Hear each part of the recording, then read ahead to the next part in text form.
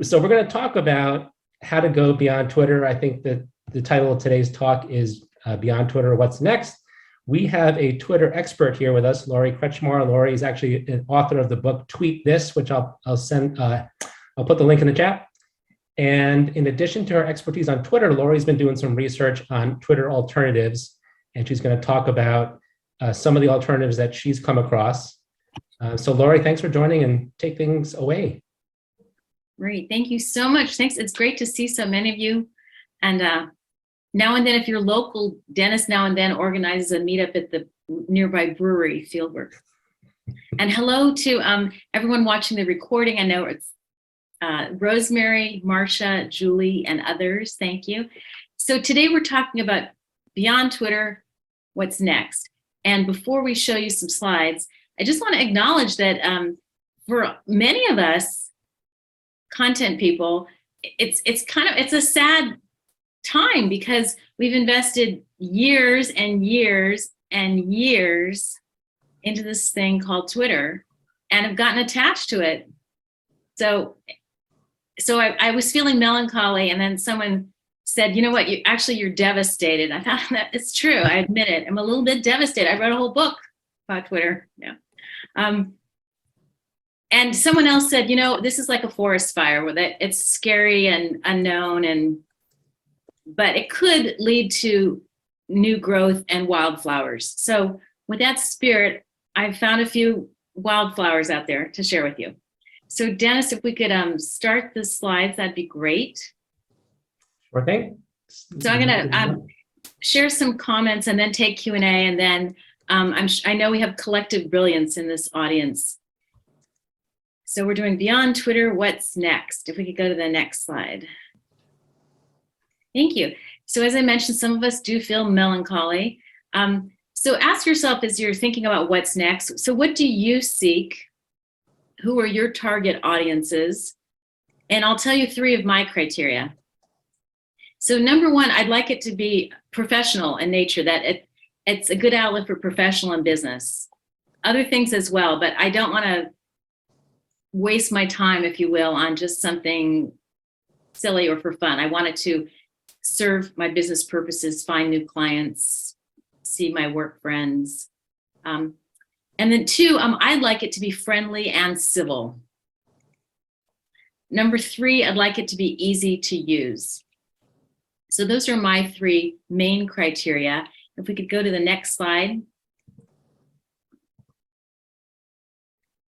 So the good news is, like you can see with the ice cream picture on screen, you do have choices. There are many flavors. None is like Twitter exactly, but you know, Twitter's been around 16 years, unbelievably. So it's been around a long time, and as you know, it has a huge following. I do not think it's going to go away tomorrow, and it still can be useful, especially if you want to let people know what you're doing on these other platforms. But we'll get to that. So today I'm going to just very briefly talk about the first 4: HIVE, TRIBEL, Counter Social, and Project Mushroom. And then I'm going to focus on Mastodon and Post.News, because those, frankly, meet my criteria. So we just stay here for a moment. HIVE, from what I've heard, is pretty social. It kind of feels like Instagram. So I have not delved into HIVE. TRIBEL was started by a guy named Omar Rivero, and he's a proud founder of this group, Occupy Democrats. So it's going to have a strong political bent. And then Counter Social, you know, just last night I was thinking, like, you know, that name, it sounds pretty friendly, right? I thought, gee, maybe I should go put an account over there. And if you haven't gone over there yet, when you do, you get this notification on screen. It says, "Congratulations, Earthling, you have arrived. No trolls, no abuse, no ads, no fake news, no foreign influence ops. Next gen social media," which sounds kind of clever. And I looked at, well, who's running it? Well, it's someone who goes by the nickname The Jester, and he says he's a gray hat hacktivist. So, as they say, your mileage might vary. So that didn't sound quite right to me. Now, for all the people interested in climate, which, you know, an increasing number, especially younger generation, there's now something called Project Mushroom, and you can get on the wait list. I heard about it from Rich. Thank you, Rich.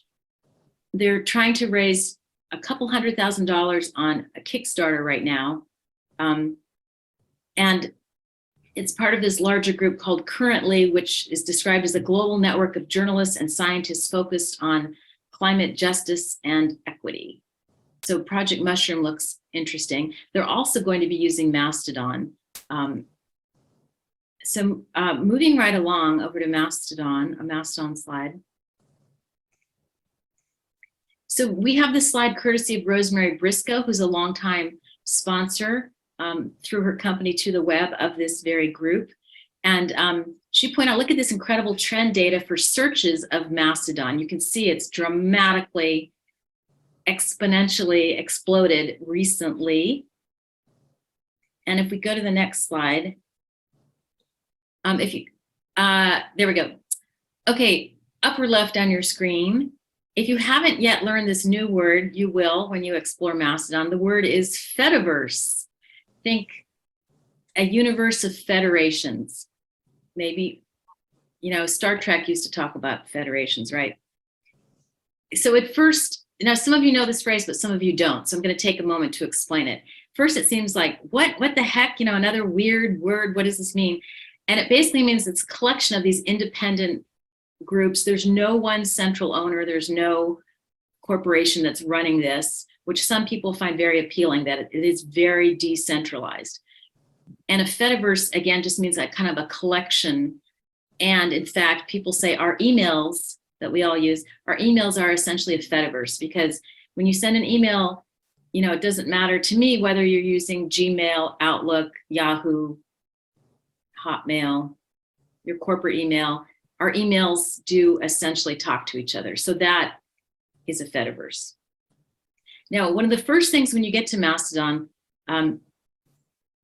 you'll hear many people say it's a confusing user interface, and it's really not for the, it's not the beautiful user friendliness you get when you use Google, for example.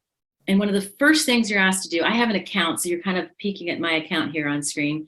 But one of the first things you asked to do is to choose a server, and they sometimes call it an instance. So all of a sudden, like, you log in and it says, which of these 60 things you want to be on? And typically, you may have no idea.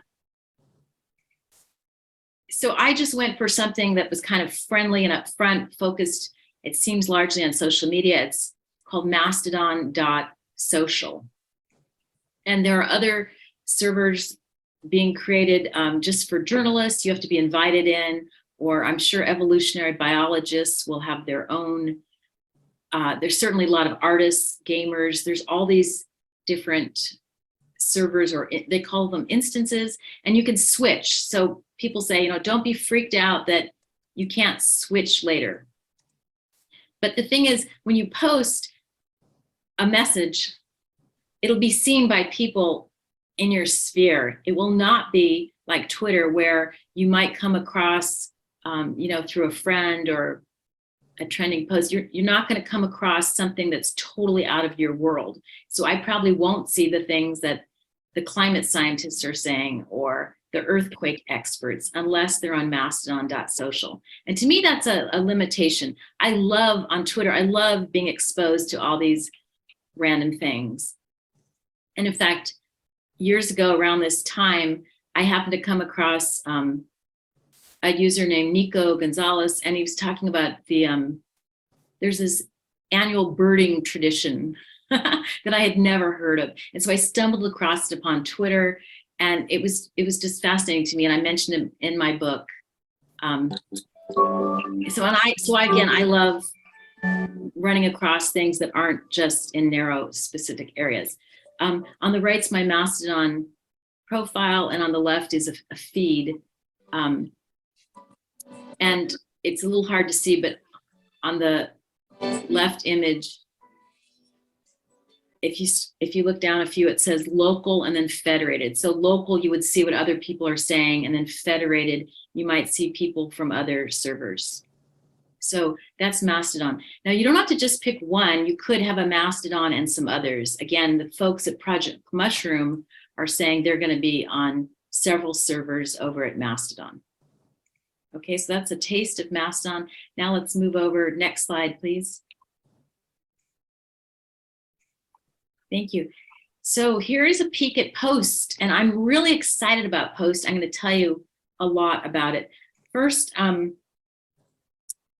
there's a screenwriter for that movie, Mrs. Doubtfire, and she made this humorous observation. She said, Mastodon is IKEA assembly instructions. Post, oh good, I heard a giggle. Post is an Eames chair delivered right into your living room. Now I'd heard of an Eames chair, but didn't know if I'd actually ever sat in one. So an Eames chair is a $6,000 luxury chair that comes with an ottoman. So you get what she's saying. She's saying one is Mastodon's IKEA, build it yourself. Post is delivered to your living room. So the truth is Post is very much in beta. It just launched in November, and apparently they weren't going to roll it out right away, but because of all the chaos over at Twitter, they opened it sooner rather than later. And they tell you right up front, this is essentially a beta site. It's not all built out. And the focus is, as it says on screen, real people, real news, civil conversations. And the goal is no ads, and the revenue, it's free to use, but the revenue would come from tips and payments, which I'll explain in a moment. But to tell you more about Post, it was started by the former CEO of Waze, and there's more than 300,000 people on the wait list. So far, 67,000 accounts have been activated, and they say the biggest constraint to letting more people in is they want to keep it civil, and they're kind of relying on the community to do this. Just a moment here. Oh yeah, some people have called Post Twitter for readers. It's also very much Twitter for writers because, as the headline notes, there's this tip and payment system.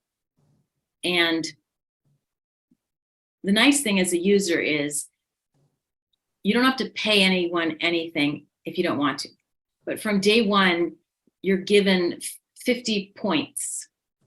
And on my screen, if you can read in the really small font there, it says 97 points because they just gave us another 50. And so if you read something that you really like, or someone posts a picture of their dog, if it evokes something, if you want to, you could leave them a tip. Now, believe it or not, points are roughly only worth a penny, but someone can do the math for me here. There's some discounts, but right now I have not purchased any points. So I'm talking about the points on Post, okay? And if I did want to buy more points, right now it's $4.20 to buy 300 points. So I've been talking about as a consumer, like if I like something, I can tip. One of the goals with this site is that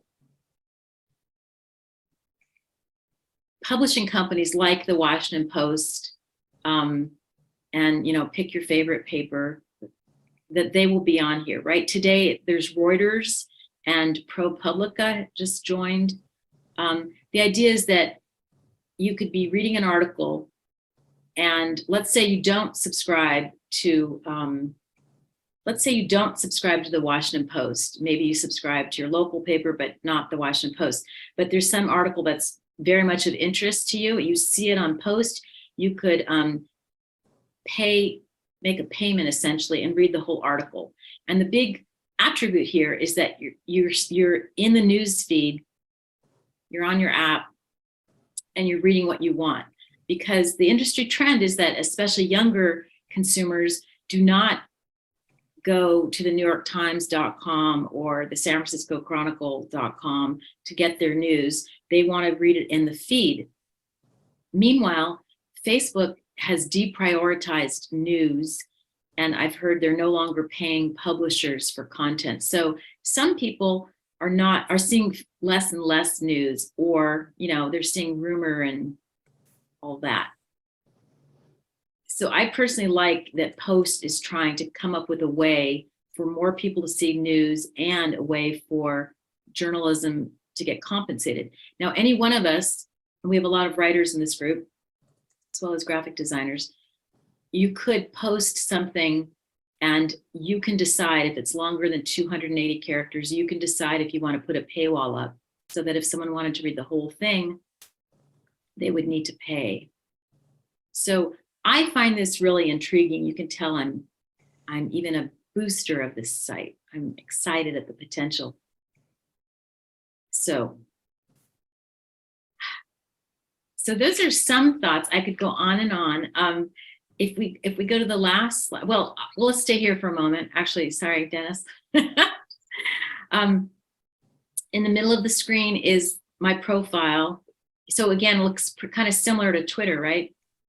And there's links at the top there. I added links over to Twitter and Instagram and LinkedIn.